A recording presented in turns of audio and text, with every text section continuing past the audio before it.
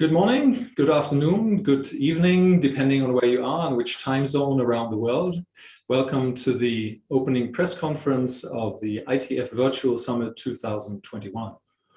My name is Michael Klote, I'm the head of communications of ITF, and I welcome you to the largest ministerial gathering in the world, which is taking online this year to the theme of transport innovation for sustainable development. And the subtitle we've given it is Reshaping Mobility in the Wake of COVID-19. Apologies. I'm delighted to have with me Minister Eamon Ryan of Ireland. He's the Minister of Environment, Climate, Communications and Transport. And Ireland is the presidency country of the International Transport Forum this year. So Minister Ryan will be presiding over the summit and also chairing the ministerial meeting, which is the highlight of our event. Also with me is Secretary General Young Tae Kim of the International Transport Forum, and both the Minister and the Secretary General will speak to us in a minute. Let me just tell you that this event will fall into three different phases. The first one is the Minister and the Secretary General giving the short speeches. The second one is the presentation of the International Transport Forum's Transport Outlook 2021. This is our flagship publication, and my colleague Jari Kaupila will present the findings to you. And then thirdly, we will have a Q&A where you come in, you can ask questions, and I encourage you to do that from the get-go via the Q&A function in the portal that you've logged onto. So we can already start to prepare some pertinent answers for you. Without further ado, I would like to invite Minister Ryan to give his remarks. Michael, good morning, and good morning from Dublin, and good afternoon or good evening to everyone around the world who are joining us at this special moment. And it's my pleasure on behalf of the Irish Presidency to welcome you to the 2021 International Transport Forum Annual Summit.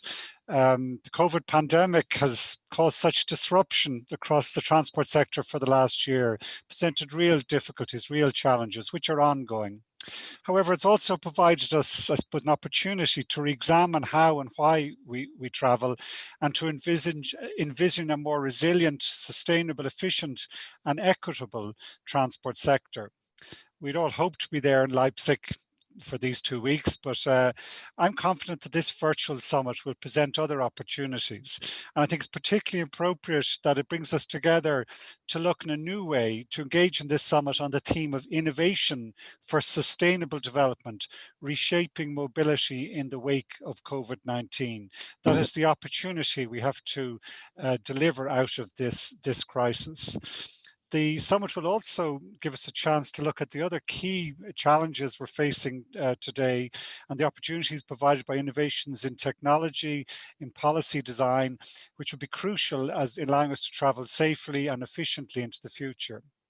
I'm looking forward to the Council of Ministers meeting next week, and hope we can all come together to support the Ministerial Declaration, which will set out our shared vision for the transport sector and demonstrate our reaffirmed commitment to harness transport innovations and to build back better from COVID-19 while ensuring a sustainable recovery. I believe the summit will also offer us the opportunity to demonstrate strong leadership on climate action. And I look forward to participating in the Ministerial Roundtable on Transport and Climate.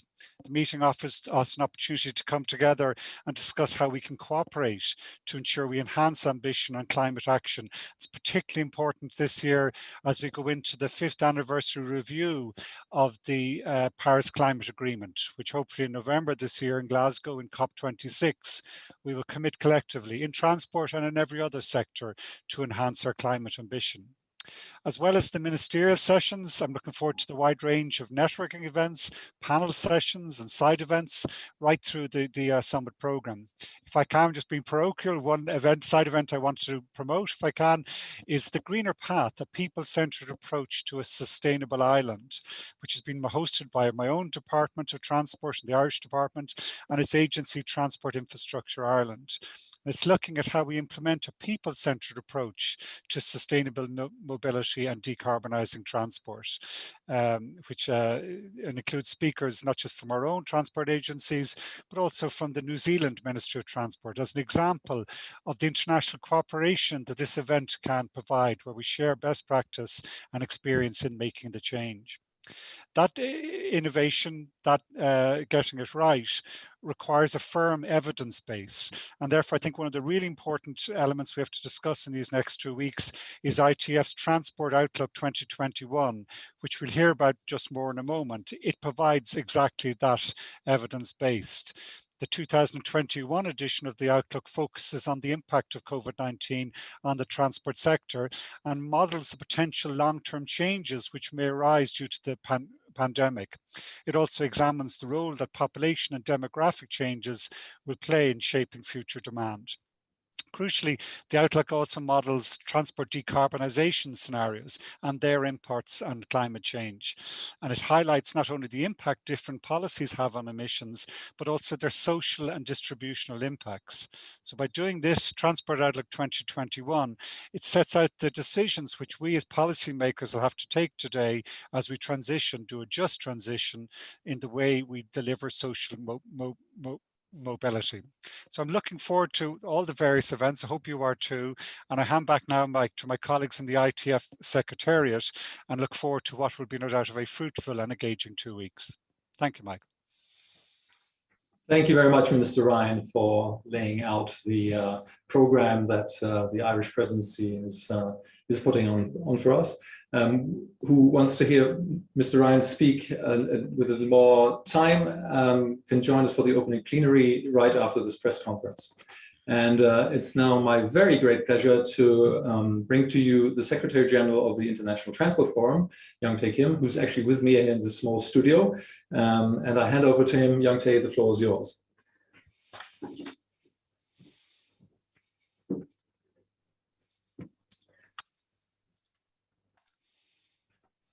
Welcome, ladies and gentlemen. Thank you for logging in. My name is Young Tae Kim. I'm the Secretary General of the International Transport Forum. First of all, let me salute Minister Ryan. I thank him for the extraordinary work he and his team have done over 2 years of an extended ITF presidency. Ireland has led our organization through difficult times with skill and with grace. Gurev Mela Magat. With this press conference, we kick off the ITF's 2021 Virtual Summit.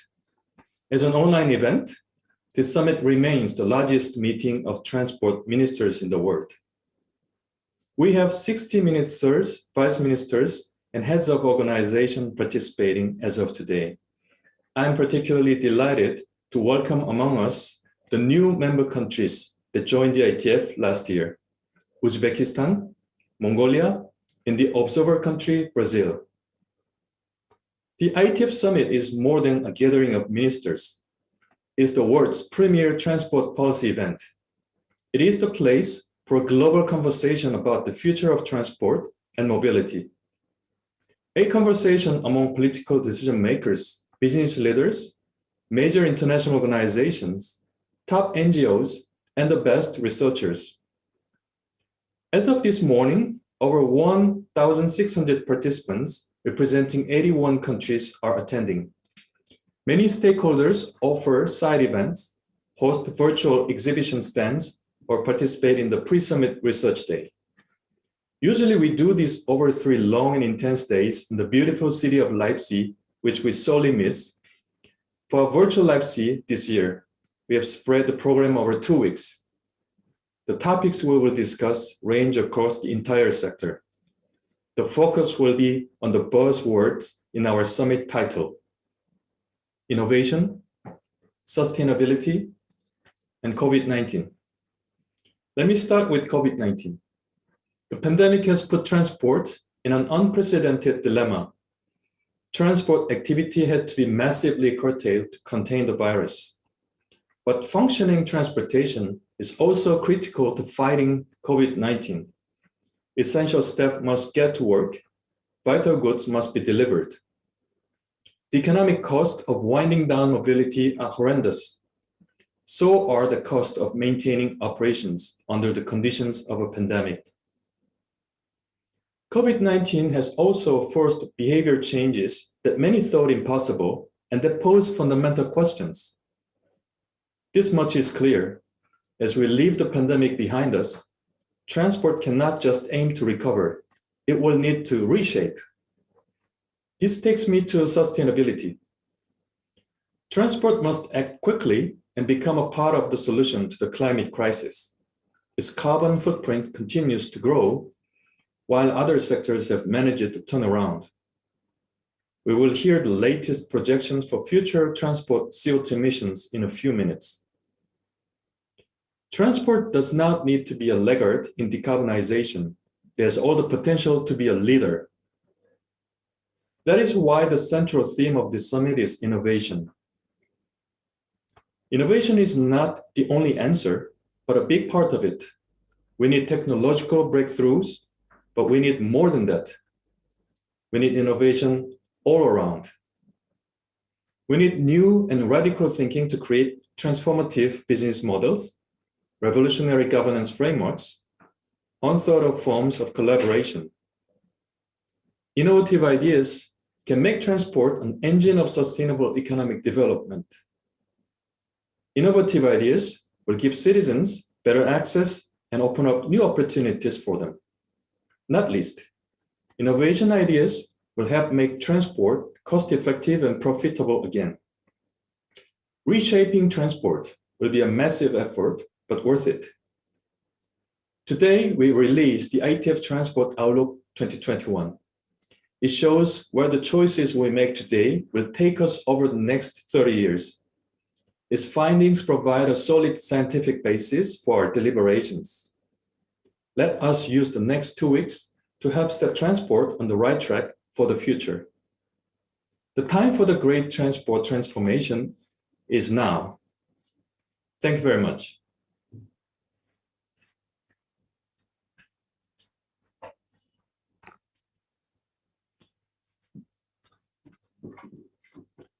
Thank you very much, Young Tae. Thank you for these words. We now come to the second part of our press conference, and that is the presentation of the publication that you've already heard a little bit about.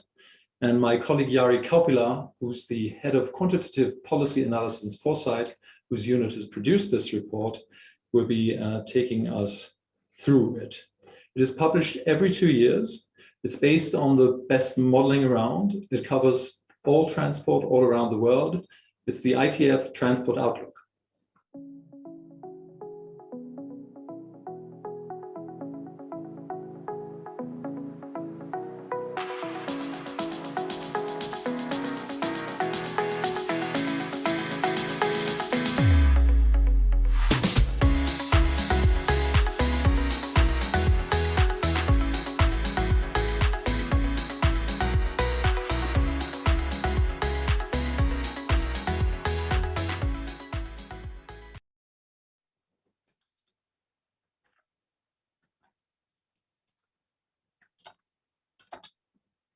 Thank you, Michael.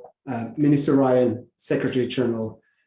It is a great pleasure to introduce the new ITF Transport Outlook 2021.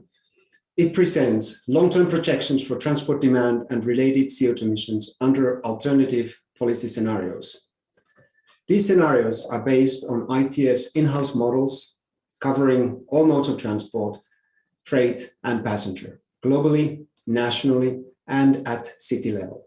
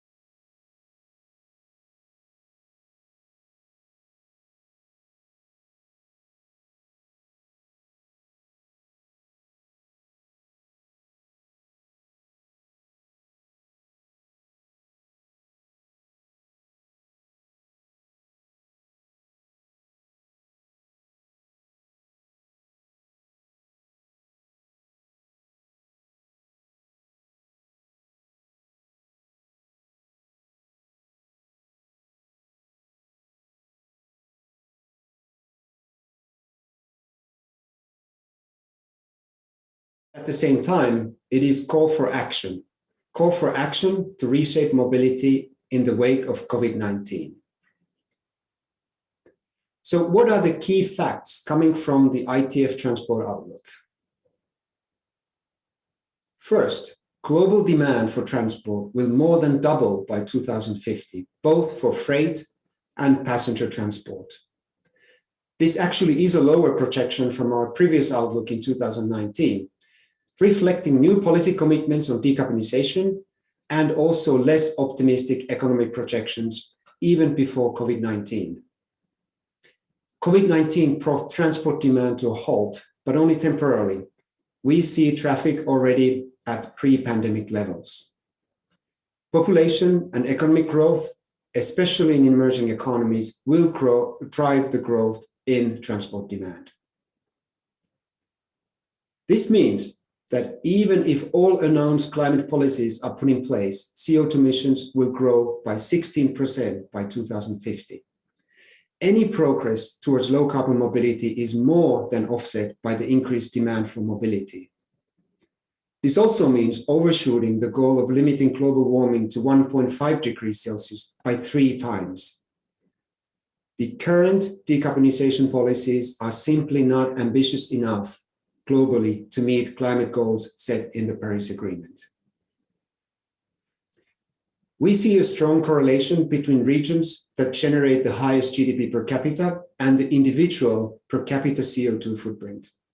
But the good news here is that these are also the world regions with the capital and technological means to take a leading role in reducing CO2 emissions.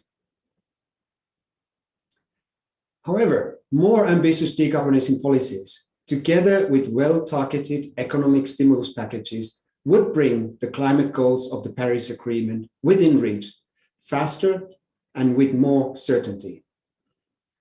Ambitious policies can cut transport CO2 emissions by nearly 70% by 2050, according to our pathway. To arrive at that future, we have identified 6 top priorities for policymakers. First off, we need to raise ambition to reverse CO2 emission growth. The revision of the nationally determined contributions this year offers an opportunity to set ambitious targets and identify clear actions for the transport sector. As I said, we have identified a pathway that allows us to meet the carbon targets that is in the slide, the reshape scenario.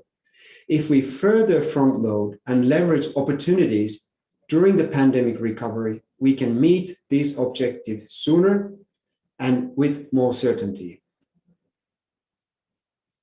That is why we also need to align policies to revive the economy, combat climate change, and strengthen the social cohesion of our societies. Global inequality has increased in many areas.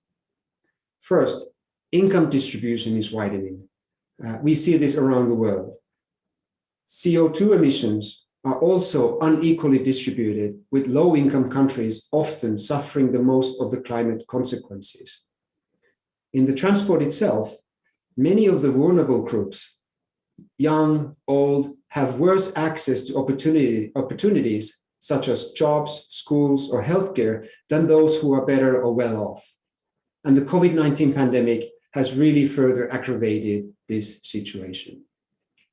So aligning policies for decarbonization, economic recovery, and inclusion will be the most cost-effective. It will gain public support and it helps us to achieve our goals faster. One of the most important ways to align these goals is to move from mobility-focused policies to accessibility-focused policies. A policy focused on accessibility centers on people having access to opportunities without putting the emphasis on traveling more or faster. This policy will enable users to choose the most effective mode or route for the purpose of the trip, individual trips, with focus on sharing of assets, both in passenger and freight transport. Each sector needs, however, specific strategies. urban transport has the greatest potential for decarbonisation through electrification, shorter travel distances, availability of non-motorized options, and public transport. For long-distance passenger transport, solutions must be different. For example, where no alternative modes exist, alternative aviation fuels are needed. For freight transport, low-carbon technologies will need to be boosted together with scaling up of already existing measures, such as digitalization, standardization, and consolidation, sharing of assets. We don't have yet all the technological breakthroughs we will need to decarbonize the sector. So what we need to do is to invest in developing new fuels and vehicles that are affordable and available quickly. We also need to encourage the adoption of these new solutions by providing financial incentives and invest, for example, in public charging infrastructure. It is important to target first shared and high-use vehicle fleets, such as delivery vehicles, buses, shared mobility services.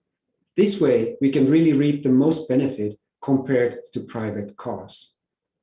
Finally, I can't stress enough on the importance of optimizing the use of existing assets. This is critical. But transport sector cannot succeed alone. We need collaboration between all sectors. Electric cars will only be emissions-free if the electricity production is emissions-free. On the other hand, tourism and trade can only become sustainable with sustainable transport. So we are all in this together. We have to break silos and also work together. Thank you very much. This was a very short introduction to the highlights of the Outlook. All key data and projections are available through direct links in the publication itself and also will be made available on ITF website.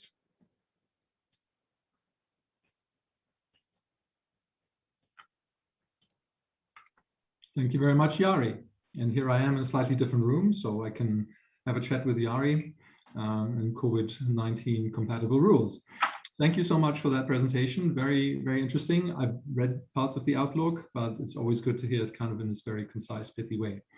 If you have questions to Jari, please start to post them now. And I'm delighted to introduce also two colleagues who've worked massively on the Outlook. Malithi Fernando, who's a policy analyst and the project lead on the Outlook, and Luis Martinez, who's our lead modeler and who's done all the number crunching that is behind all the words that you read. So maybe I can just throw out a first question to Jari while you're all typing your queries into the chat. And that's a little bit, Jari, comparing the 2020 Outlook to the previous edition, 2019. Those of us who remember that will perhaps also recall that the projections for the growth of transport demand was somewhat higher. So I wonder, can you explain to us a little bit why those have been revised downwards? Absolutely. Thank you, Michael. So as I mentioned very briefly in the presentation, in the 2019 Outlook, our projections for transport demand were to triple by 2050. And now we are at the range of 2.3 for passenger, 2.6 for freight. This is really driven by, I would say, three major issues. The first is lower than before economic projections. Already pre-pandemic, there were some projections that were really put lower than that. And as we know, economic growth drives also transport demand growth. And so this is one of the factors. The second one is that since the 2019 edition, countries have put in place more ambitious climate targets, which have also then the potential of reduced transport demand by shortening trips, and moving to other modes, more active mobility for short trips, etc. So there's that impact that we take into account in our baseline scenario, if you wish, in our recover scenario as such. And the third one is the COVID-19. We have incorporated some of the impacts from the COVID-19, increased teleworking, perhaps increased video conferencing, and in some part, shortening of supply chains in response to resilience, that all have an impact. But to be very fair on that, this is very uncertain. We do not know yet the long-term impacts of COVID-19. And in the Outlook, we are providing alternative scenarios for that to help us to scope what is the final potential impact on demand of those type of features. Thanks, Jari. And I have a question here from Agustina Calatude, who poses a very interesting one, namely, could you please tell me more about the projections for emerging economies? And that is one of the things that you mentioned in your presentation, Jari. Maybe this is a question for Luis, I think. If we look at the emerging economies and the developed ones, how do they differ? Where do they converge? If we look at them separately, what are the most poignant points that we get out of the models that you run? Thank you, Michael. I would say that we see a slow convergence of the CO2 intensity per CO2 per inhabitant of more developing countries and developed countries. And currently, as Jari mentioned, developing countries with a very slow burden on the CO2 account, they were taking sometimes part of the consequences. This is difficult that some of the developing countries, most of the developing countries in Asia and Latin America and in Africa, they converge also on using more advance in the technological pathway, but also on the organizational pathway, taking advantage of some measures that are more on the organizational side on how to increase efficiency by better use of resources. Thanks, Luis. A question that maybe links in quite well with that is about public transport. In emerging economies, populations rely much more on public transport than in developed countries, and PT has been one of the main victims of the pandemic, of course. But then we needed to make transport more sustainable. Malithi, how do you see what future do you foresee based on the numbers that we have for public transport post-pandemic? Thanks, Michael. Certainly, public transport will remain a very key component of a sustainable, what we call a multimodal transport system, where people can use an appropriate type of travel, whether it's by active travel, public transport, private car, to achieve to go where they need to go. And so after the pandemic, it's extremely crucial that public transport continues to and has an increased support from authorities. We have seen that the pandemic has exposed some perhaps shortcomings and risks in the way that public transport is financed and funded. An over-reliance on fares may not reflect the very unique benefits that public transport provides. Environmentally speaking, it is one of the most efficient ways of moving large numbers of people. It is the backbone, as I said, of a sustainable transport system, and we see that in our modeling results. And from a social perspective, as you mentioned, in many countries and many groups of people in every country, they rely on public transport as their main, if not only, form of transport for accessing jobs, participating in the economy, going to school, doing their shopping. So it is extremely important that we maintain support for it. There is apprehension, of course, after COVID, and so I'm not lightening or I'm not making this seem like a easy task, but it is imperative that public transport does not lose more ridership as a result of the pandemic in the long term, because it will certainly threaten our ability to meet sustainable transport goals. Just to mention, there are other financing options and funding that we mentioned in the publication. This might look like differences, creative revenue streams, whether that's using transit-oriented development and capturing that extra land value that you've now given to the development in the area of public transport stations, and also shifting spending priority away from private car related spending and infrastructure to active modes, public transport, the kinds of modes that we want to really build up and have a strong alternative to private cars. Thanks, Melisi. And that kind of brings me from public transport to another transport mode that's being severely hit by the pandemic, which is aviation. And this may be a question for Jari. Aviation is notoriously difficult to decarbonize, and the options that are being floated are electrification or bioF fuels. Will we really see electric planes, aircraft flying around? What does the outlook have to say on the aviation future? This is obviously still very much a new area for development in the industry, but in the outlook itself, we do project and we do model that the electrification would take place in the aviation industry starting from 2030, specifically for the hybrid electric aircrafts for distances around 700 to 1,000 kilometer flights, and for full electric planes, perhaps a little bit later on a shorter distances such as 300 kilometers. This is really driven by the recent technological improvements in engine development and battery capacities, and that has led to several industry players already to start looking at electric planes. And again, we do see a potential there, but for more short distance travel as well. Thanks. Now I'm going to mention one more mode, and I'm not going to go through all the different modes, but it's an interesting question. Micromobility. Luis, what is the future? We see all these electric scooters in our cities, and sometimes it's controversial. Some cities ban them, some love them. What is the future for micromobility and urban mobility? Yes, thank you, Michael. It's a very interesting question, because I think the short term and the long term of micromobility might be a little bit different.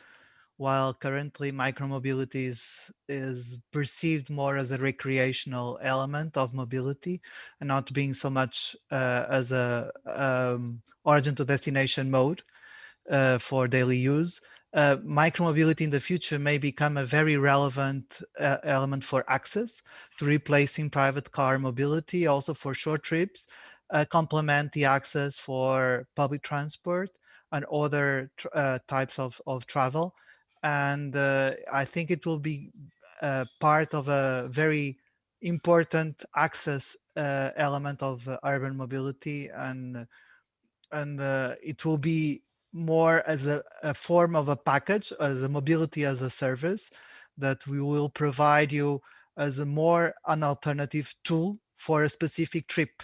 Then what we have in the future is to target much more the mode usage with the purpose, which currently we have normally use the same mode for all purposes. What we'll have in the future is try to target much more the correct mode for the correct use. Let me ask you a question that was posed by Nathaniel Tan, and he's asking, is there a possibility for anything between the recover and the reshape scenario, given that the ambitious policies seem a little impossible, while the recover policies are not enough? Is there a third way? I don't know who wants to answer that, maybe Jari. I may start to say, I hope there isn't. I hope there is the ambition really enough to get to the reshape and even to the reshape plus scenario. We see the significant impacts of the climate change on our lives, on the transportation system itself. And without that ambition, we will be locked in a future that is simply not where this planet needs to go. So we do have a pathway available that allows us to get to the reshape scenario. And again, starting from the revision of the nationally determined contributions, moving from the ambition to real action in those, by setting up clear targets for the transportation sector. We reviewed the NDCs a couple of years ago, the previous ones that were posted, and only 10% of NDCs have a specific target for transportation sector. So there's a lot to be done, and starting from a simple facts like setting up a target and using then policies that have been identified already, that are available and are possible to implement. I think the social equity implications of all these policies are extremely important for actually implementing these policies so that we can ensure there's a public support for those policies as well. Can I ask maybe all three of you can tell me what they think about this. What are the main hurdles, the constraints, what hampers the implementation of this policy? So the Outlook Road gives these 6 recommendations and they're very clear, but there are obstacles, of course. What are they, and what do policymakers need to do to overcome them? Maybe start with Malithi, but I'd be quite happy to hear all of you. Sure, thanks, Michael. So we do mention in the Outlook, and as Jari presented as well just now, the importance of moving from accessibility-focused policies to from mobility-focused policies to accessibility-focused policies. And what we mean by that is that people are not traveling for the sake of traveling. It is travel demand that results in these CO2 emissions. And so if we want to reduce emissions, we need to reduce demand. And that is not possible if people are forced to travel long distances to get to the destinations that they need, to get healthcare, to get food, work, whatnot. So one obstacle that I would that I foresee is unsustainable development patterns or sprawling city growth. For example, the entire world is urbanizing quite rapidly, especially in some regions. And so as these new cities develop, as existing cities grow, if we continue to build in a way that focuses on private car travel, and we build these long distances and low densities, we're going to really set ourselves up for a much more difficult time in shifting people to cleaner modes, in running public transport efficiently in these low density areas. And even beyond transport, it is much more expensive for cities to service utilities and other municipal services with these development patterns. So I would say that the location of destinations that people want to get to, any sort of unsustainable development patterns in that, I think will harm sustainable transport. And Luis, what is your main obstacle that you see? Yes, thank you, Michael. I agree with Malithi, but I would say that one additional element is the certainty on investments. We know, as Jari mentioned, that we'll have a lot of investments to do, either in technological developments and implementation of electrification, either the fleets, but also creating the grid and the charging locations that will provide the cleaning of our mobility without harming too much the demand. And this is very important if we give certainty to the vehicle developers and also the grid that this will be there, and we have already also regulation or certainty on investments. I think it's quite relevant for achieving this goal. And Jari, I would add to those 2 points, public opinion and public acceptance of the policies that we need to implement. We've seen over and over again around the world the difficulty of changing taxation, adding congestion charges, making these major changes that do have potential negative impacts for the users of today's transportation system. And I think there are 2 ways of going about that. The first one is being better in communicating about the benefits of these new policies, who and how it will benefit. And of course, for that, you need robust data, you need good assessments on the impacts of the policy so that the public really understands who will be targeted and what will be the impacts. And that way you can have an informed discussion about that. I think the second one is providing alternatives. So if we are charging infrastructure, we need to provide an alternative for that charging, better public transport options available for the users, and so on and so forth, so that there's an option. and all those policies are not seen as a penalty, but as improvement to the transport system that we have today. Very good point. Actually, Malithi's answer tied in quite well with the questions that's come in from Sandy Fong, who asks on whether you have any comment on how actually to change the appraisal of transport initiatives from mobility to accessibility. I mean, it's, you know, it's an obvious point that if you get to the hospital on a shorter distance, you travel less, you know, then everyone benefits. You're quicker, and the environment has less CO2 to deal with. But how do you actually plug that into the planning and the appraisal system?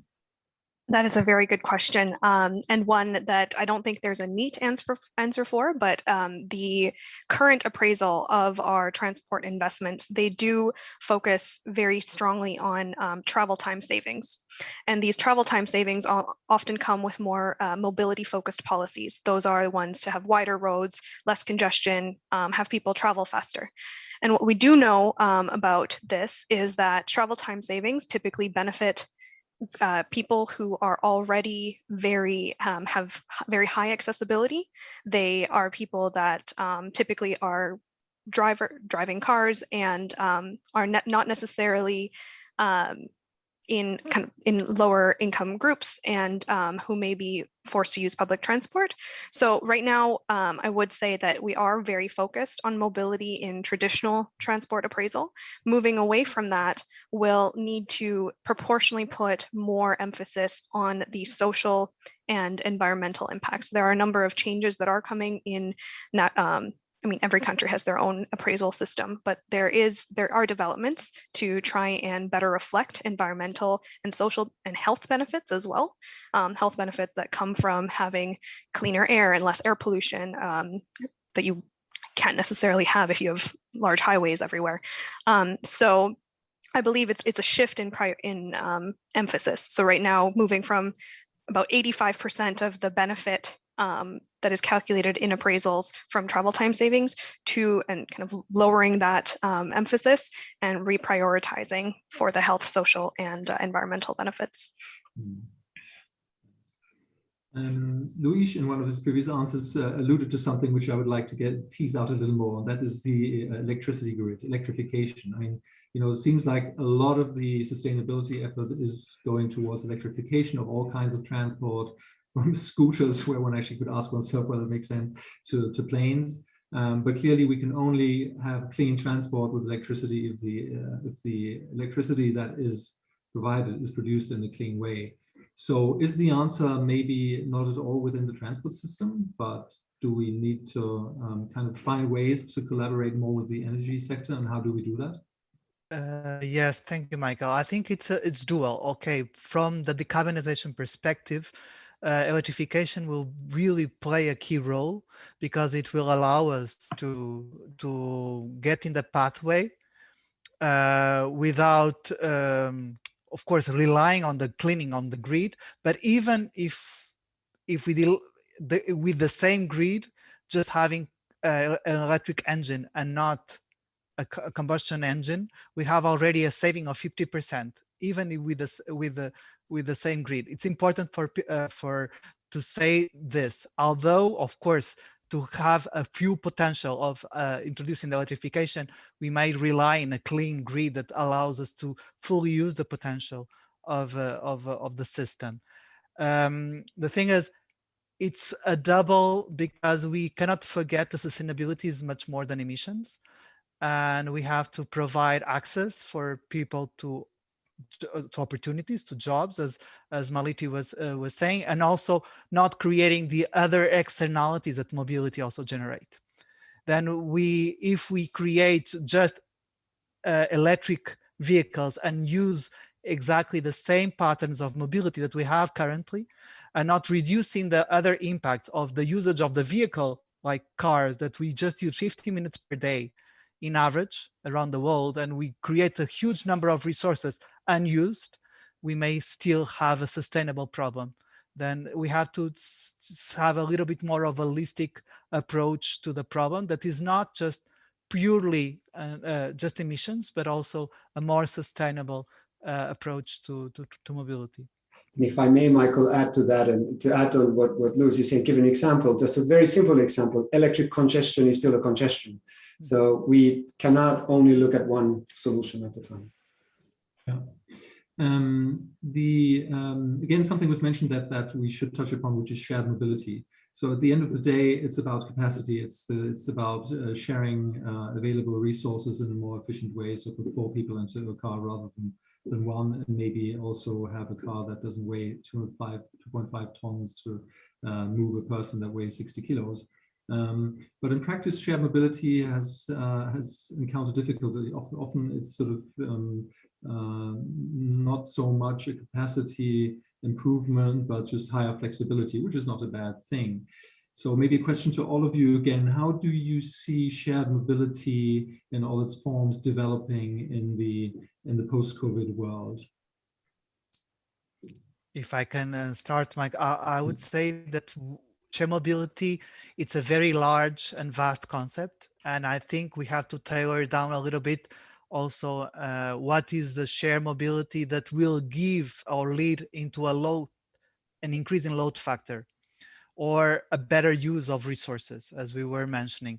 Then if we create a shared mobility solution that even reduces load factor, because it has a lot of empty kilometers and it has a very low party sizes of persons in the same vehicle, this shared mobility may even create additional vehicle kilometers traveled. Mm-hmm. If we create shared mobility solutions that normally even they are linked more into developing countries where they are used already to use these solutions, where load factors are significantly higher, and it provides at the same time the flexibility, but also higher vehicle usage. This is the shared mobility that will even create a solution that bridges the private mobility to the public transport, and give also the access and cooperate with public transport in towards a more sustainable and accessible solutions in urban contexts. I'm sure the others have also views on Meliti. Sure. I can add to what Luis has already spoken about. One other aspect of this kind of shared model versus the private car ownership model is that we're not trying to get rid of cars completely. They have a role in, I mean, there are certain trips that you need a car for. You can't necessarily do on bike. And so the idea with shared mobility is, as Luis mentioned, to bridge the difference between a private car and public transport. You still have the flexibility, but you can serve the needs of the entire, population with a smaller fleet of vehicles. And if you have a smaller fleet of vehicles, you also use up less urban, or well, not just urban, just space in general. And there's a certain cost of, associated with, saving room for plenty of parking or roads and whatnot. So there is also kind of a social benefit of using less fewer vehicles to meet the needs of your population. And that's certainly true. But one question I have, and maybe Yari is in place to answer that, is COVID-19 not threatening kind of all of that? Is there not a thing in the world that is basically undermining, pulling the rug, that's not a very good analogy, underneath shared mobility, because it's just running counter to what people at the moment feel they need to do for their own safety? If I may, just to start at least, I think this is a real challenge, as was talked before, about the situation with public transport. Any mode that is bringing a lot of people together, COVID-19 obviously has an impact, as people are perhaps afraid of using these modes of transport. But I think we also have a vision for the future through the vaccinations that are really moving ahead. We do also see a lot of the transport actors, the operators, putting in place very strict sanitary rules for public transport, for shared vehicles, etc. Many of you have taken shared vehicles. You do see that, and very encouraging studies have shown that it's actually very limited number of cases that get infected in the public transport system or in the shared vehicles. So I think it's first of all about creating a trust to the system and a trust that the pandemic is over. And during the previous pandemics, the the SARS pandemic and others, we did see a dip in the usage of some of the flights and the public transport. But at the end of the day, these have been continued growing since then. So I do think that many people, many of us don't have even another option. So public transport, shared vehicles are going to be crucial.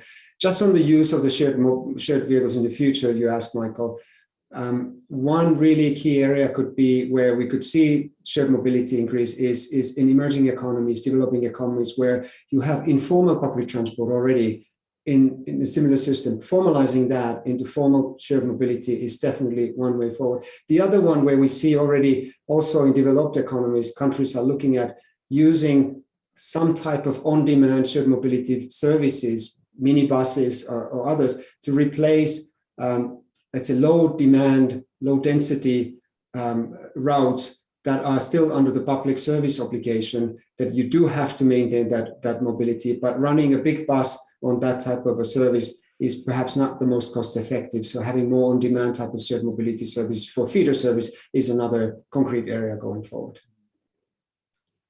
It's 10 to 1. We have time for maybe 2 questions, maybe 3, depending on how big topics they are. One has just come in, and that focuses on something which I found very interesting when I read the Outlook. One of the figures that really struck me was that actually 60% of all passenger transport is not urban. It's outside of urban cities. We talk a lot about cities and they're very much in focus. It's like, urbanization and all of this, but actually 60% of passenger transport is outside cities. So the question that I have here is, what is the best course of action for people living in regional areas where they're less served by public transport and EV infrastructure is not available?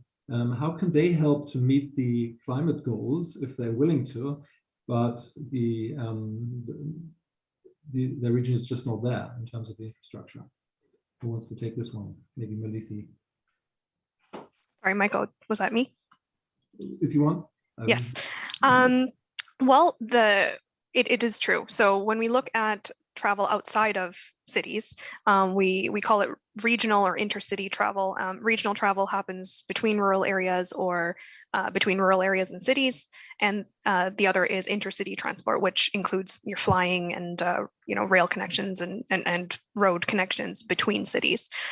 This regional sector is definitely one of the most challenging in terms of demand management, which means trying to shorten travel distances or avoid travel where necessary or where possible. So one of the biggest messages to come out of our analysis for this regional transport sector is that the importance of moving to cleaner vehicles and providing incentives and subsidies where necessary to make them more affordable, as they are fairly expensive compared to other options as they currently stand. We also need investment in public charging infrastructure, especially for these longer distances outside of cities. Right now, it is difficult for people to choose EVs, for example, without the confidence that they'll be able to charge their vehicle wherever they go. So we do recommend investing in charging infrastructure, as especially coming out of this pandemic. So yeah, that's one of the main findings to come out of this outlook for specifically that regional travel sector. I'm going to ask a methodological question to Luis, who is the numbers guy, the modeler, because I think that would be interesting to many of our listeners. Why is the ITF transport model, which is actually several models, people say, I've heard it, I can vouch for it, is the best? What are we doing that others models aren't doing? Yeah, thank you for the question, Mark. I think I don't know if it's the best, but we try to stay at the state of the art and improving it in every publication. What is the main difference on the models? Also, because we try to modelize all the mobility really that happens around the world. Normally, what we have is very sophisticated but very tailored models around the world. This has been the tradition in the transport sector. There are more accurate models on urban activity, normally sometimes not for the long-term projections, or yes. And the thing is, our approach has been global and trying to foresight and into the future. And this has been one of the unique features that we try to incorporate. and this is not just a work alone of ITF, because we have a lot of partners that we work with also to have result in our model that rely on some that on population projections, GDP projections, the environmental or the fleets projection that we also have within the OECD family. And all this work together is, I think the unique feature is the availability of data, the models and the scope that is global and foresight for the long term. If I may add one or two more things, what I think is also unique is that we really, as we focus, starting point for us is demand projections. We look at what is the demand for transport in the future. And then the second stage for us is to look at how different policies will affect that demand. And that policy simulation, if you wish, it is sort of a living tool where you can simulate the impact of several different policies in isolations or together by region, by at the city level, by global level, and see how they will affect demand, but also how they will affect mode choice. And of course, as a result of that, CO2 emissions, local pollutants, and equity and accessibility, as we're trying to really do in this edition of the Outlook. Great. We have 4 more minutes, so we need to come to an end. And I'll ask one question to all three of you, ask you to give a short answer. The summit is about innovation, transport innovation. So what is the one transport innovation you think that will do the most to get us to sustainable transport sooner rather than later? Malithi. In short, I think it would be moving away from this private ownership model to shared mobility and car sharing. So yes, I'll leave it at that, moving away from focusing on private cars. I know it's a challenge, but thanks. Luis. Yes, I think it's also data. It's also more awareness of our externalities on our mobility. I think most of the people are not aware on the externality they generate when they move every day. And I'll break the rule. I say two things. I say technology innovations for alternative fuels, but I think the other one, going to what Malithi said as well, is innovations that allow us to increase the average load of every vehicle, every movement that we have. So increasing the average load of vehicles, both for passenger and freight. Great. Thank you all very much, all three, Malithi, Luis, Jari, for your time. Thank you all who joined us online here in the portal or via YouTube. If you still have questions, send them to us via email, chat to us during the summit. You can also come back tomorrow. We have a full day of Outlook, where we'll look a little bit into the sort of sectoral aspects of urban mobility, of regional transport, of freight. We haven't talked a lot about freight here, so that's maybe something. And there's also a kind of more high-level discussion plenary. The whole day is about Outlook. We have all the sessions planned twice so that all time zones can participate whenever it's convenient for them. So if you found this appetizing, then please come back tomorrow and ask more questions. And now, if you have nothing better to do, you should switch over to the opening plenary, where you can hear the US Secretary of Transportation, Pete Buttigieg, Secretary Pete, and Alina Valea, the EU Commissioner for Transport, and the UK Minister, Grant Shapps, the German Minister, Andreas Scheuer, in the opening plenary panel. Thank you so much for being with us. I hope you enjoyed it. I did. And we'll see you again tomorrow or in the opening plenary. Thanks very much, and bye-bye.